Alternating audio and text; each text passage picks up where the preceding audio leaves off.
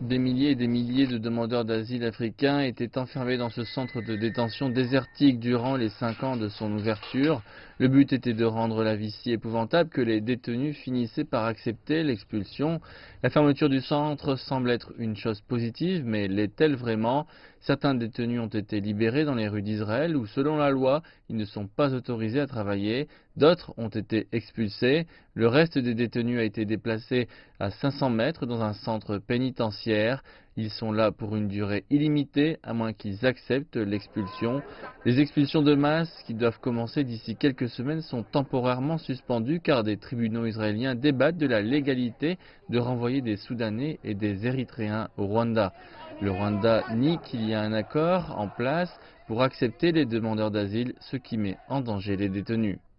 Les gens qui vont au Rwanda ou qui sont expulsés vers le Rwanda via cet accord secret, si leurs droits sont violés et que toutes les preuves disent que c'est le cas, ils n'ont pas de statut légaux et leurs droits sont bafoués là-bas. S'ils veulent faire appel devant les tribunaux ou le ministère de l'Intérieur de là-bas, comment le peuvent-ils sans accord? Avec le gouvernement du Rwanda, une dictature qui défie et dit qu'il n'y a pas d'accord. Avec les spéculations concernant le fait que les expulsions auraient bien lieu, les défenseurs des droits de l'homme en Israël disent qu'ils s'y opposeront et qu'ils cacheront les Africains chez eux. Mes parents ont survécu à l'Holocauste. Ma mère a été sauvée par un homme qui n'était pas juif et qui a été reconnu en Israël comme un être humain vertueux. Pour moi, c'est juste quelque chose d'évident qu'après l'histoire de ma famille, je dois abriter quelqu'un ici.